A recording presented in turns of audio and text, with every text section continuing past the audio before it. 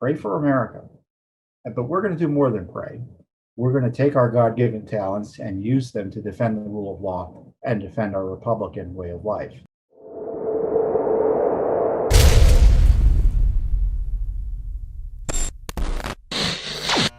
First up are new documents we obtained under the Maryland Public Information Act from Montgomery County School District, which is the biggest district in the state of Maryland. It's right outside of Washington, D.C.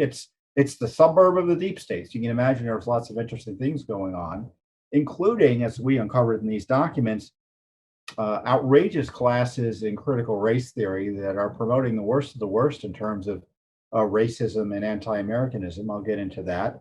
On top of that was a new program or a new audit that taxpayers were being asked to fund, $454,000 for a anti-racist system audit by something called the Mid-Atlantic Equity Consortium, which is one of these companies in the private sector that cater and promote this type of agenda using, as I said, tax dollars.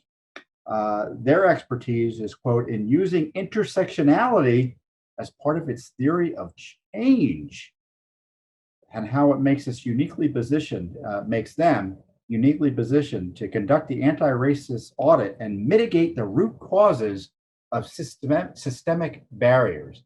So this is an entity that buys into the idea that America is fundamentally corrupt because it's fundamentally racist and oppressive. It's the communist revolutionary approach. They won't say they're communists. They won't say they're Marxists. They won't say they're revolutionaries. But this is philosophically where they're coming from.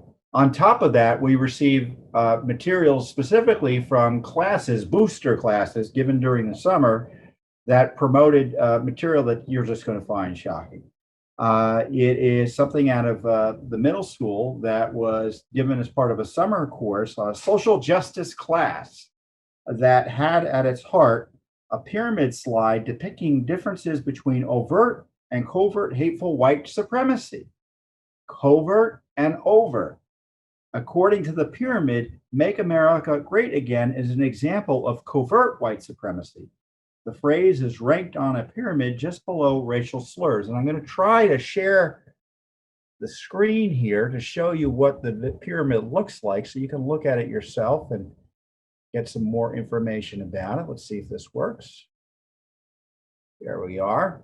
So you can see here, I'm going to use my little cursor. This is the pyramid, covert white supremacy, socially acceptable. There's a line there, and above that line is overt white supremacy, socially unacceptable. Obviously, much of this, obviously, lynching is something that is obviously criminal and murderous. But Make America Great Again is seen as covert white supremacy. What else? School to prison pipeline. That's leftist claptrap, as I call it. Denial of white privilege. So if you deny white privilege, that is white supremacy. It's covert and it's not appropriate. Denial of racism. So if you deny you're a racist, it means you're a white supremacist. What else is here? Celebration here on the lower right. Celebration of Columbus Day. Self-appointed white ally. What does that mean? It means if you see yourself as an ally of minorities, you're a white supremacist.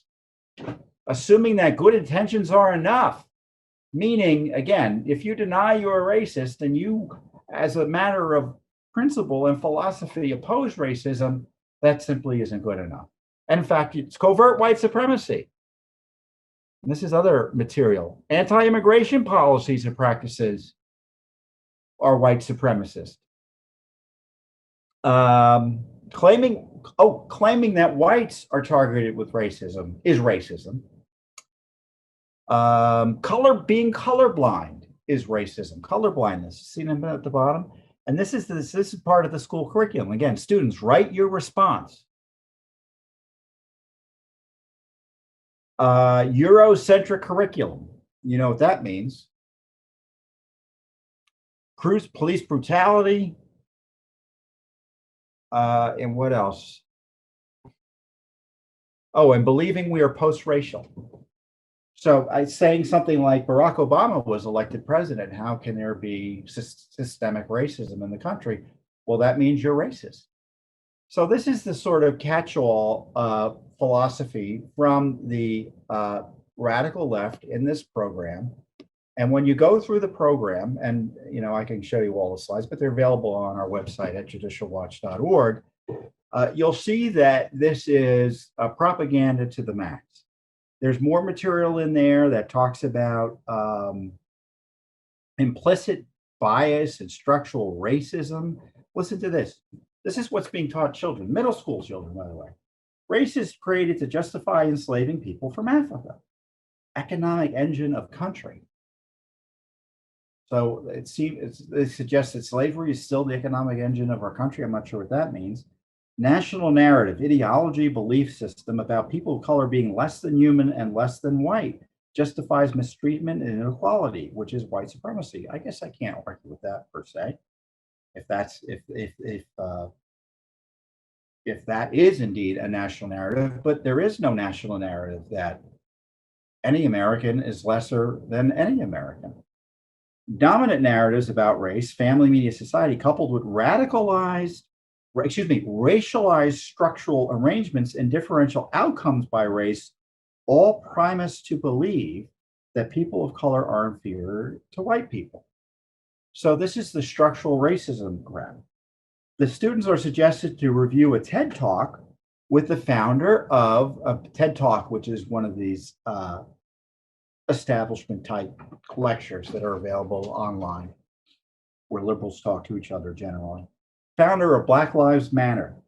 The terms that are defined in a website created by, as part of this class, include Black Lives Matter, which is defined as a political movement to address systemic and state violence against African Americans.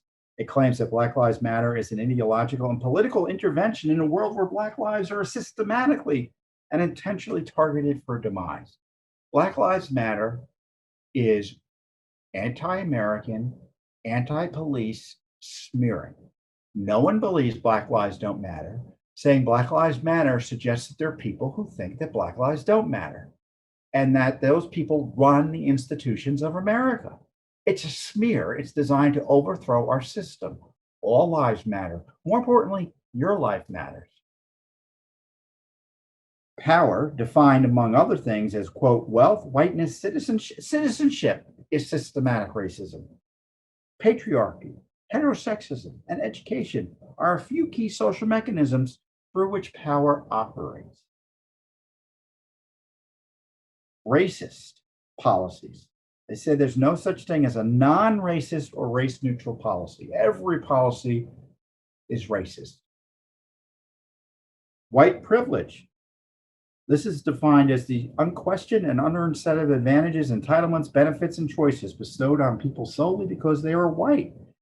And structural white privilege is described as a system of white domination that creates and maintains belief systems that make current racial advantages and disadvantages seem normal. And white supremacy is defined, this again, taught to children. This is all taught to children, not to adults, but to children.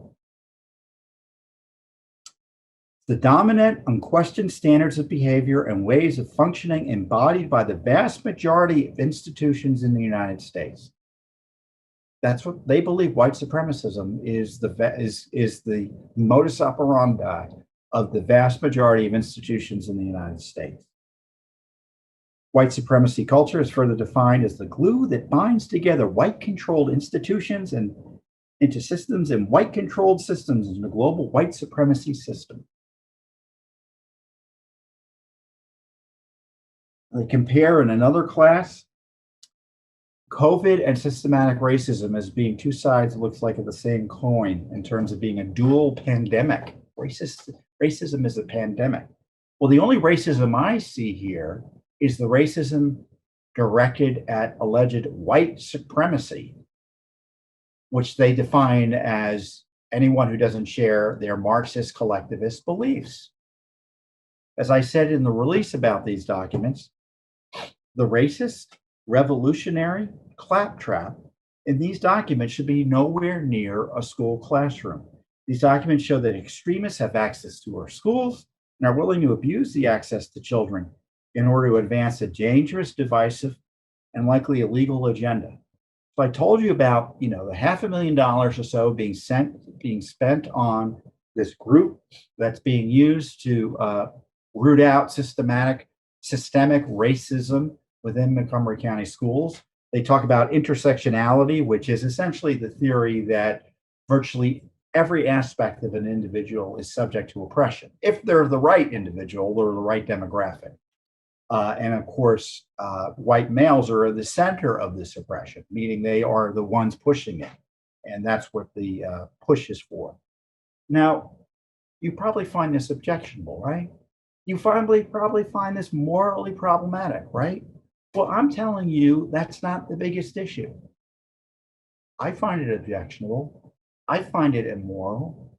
I reject it as a matter of intellect and basically intellectually, I should say. But it's also, it seems to me, illegal. Federal law, state law in Maryland, I don't need to look up federal, state law in Maryland, and the Constitution prohibits treating people and in this divisively racial way. They use tax dollars to target white children and target entire demographic groups as being evil, who should be opposed. According to them, their views should be opposed based on their race. Is a violation of virtually every civil rights law we have in the greater scheme of things in our Constitution, which requires that everyone has equal protection of the laws. So this is what's going on in Maryland. Now, of course, I say it's illegal. Maybe a lawsuit could overturn it. It seems to me the Justice Department, Department of Education, and Maryland state authorities should be targeting this.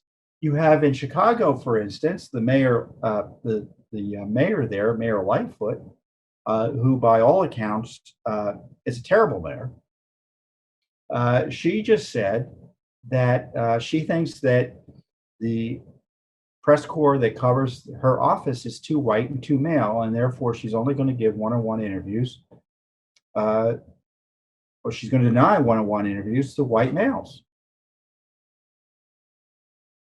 Explicitly racist from a government official. And as I told you before, and it highlights the fact that the radical left does not oppose racism. They don't oppose racism. Principled conservatives do. Principled liberals do. This isn't liberal versus conservative. This is, as I said, a radical extremist movement that is illiberal, that wants to overthrow our system of government and replace it with a regime that would destroy all our liberties. And it's bad enough to have this in our schools, and I say the mayor, and then you have President Biden talk about equity. Every time you hear equity, as opposed to equality, that is, again, a Marxist-Leninist approach. And I don't like to use those words oftentimes because oftentimes it's not appropriate in the context of American political discussion. But we have a rising communist movement in this country now that we have to address in a forthright way. So when you have the president of the United States talking about equity, equality of outcomes, that's Marxist dogma. Now, obviously, the president faces significant cognitive challenges, so I don't know if he knows what he's saying, but the people around him should know what he's saying. So you have racism, Marxism, anti-Americanism, vicious anti-policeism. I guess that's a new word, right? But everything is an ism these days. Being rammed down the throats of our children. And don't think if you're in a private school, you're immune from this. It goes on all over the place. And Judicial Watch has been uncovering and investigating this for years and years and years. And it's been out there like a low-grade fever, and now it's kind of metastasized in the sense that you have the Biden administration pushing this through, they're trying to they have a new funding and grant mechanism they're trying to get through. You have the president promoting it. every time you hear the word systemic racism. But that's someone who says that, why don't they leave the country if they believe that? If everything in the country is racist and our system is oppressive, either they're revolutionaries or they should leave. I mean, I joke, maybe the president should not be, if the country's systemic race, if there's systemic racism in the country, maybe the president should resign. And we'll just decide who becomes our leaders based on race. That's what the left wants.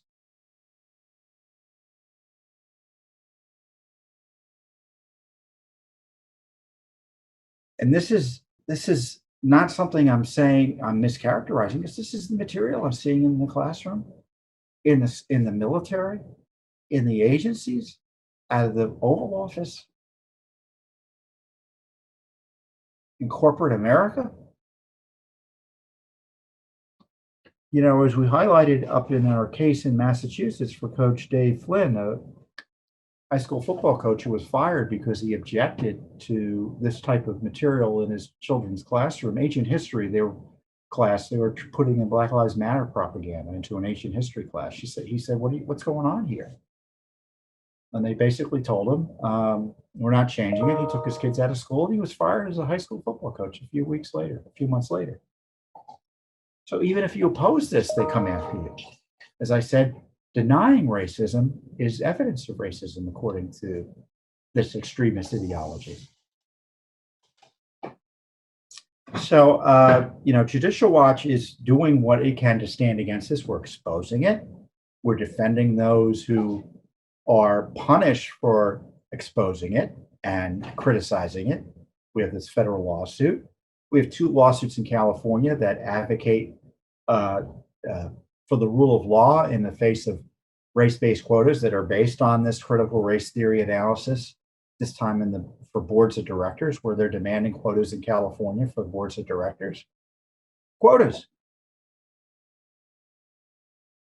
So whenever you hear the left decry racism and say they're anti-racist, it's usually the opposite.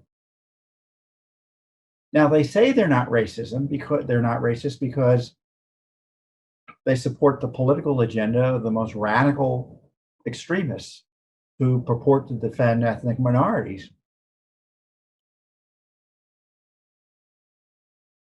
But they are, because that's what this is not a debate. Is it a debate?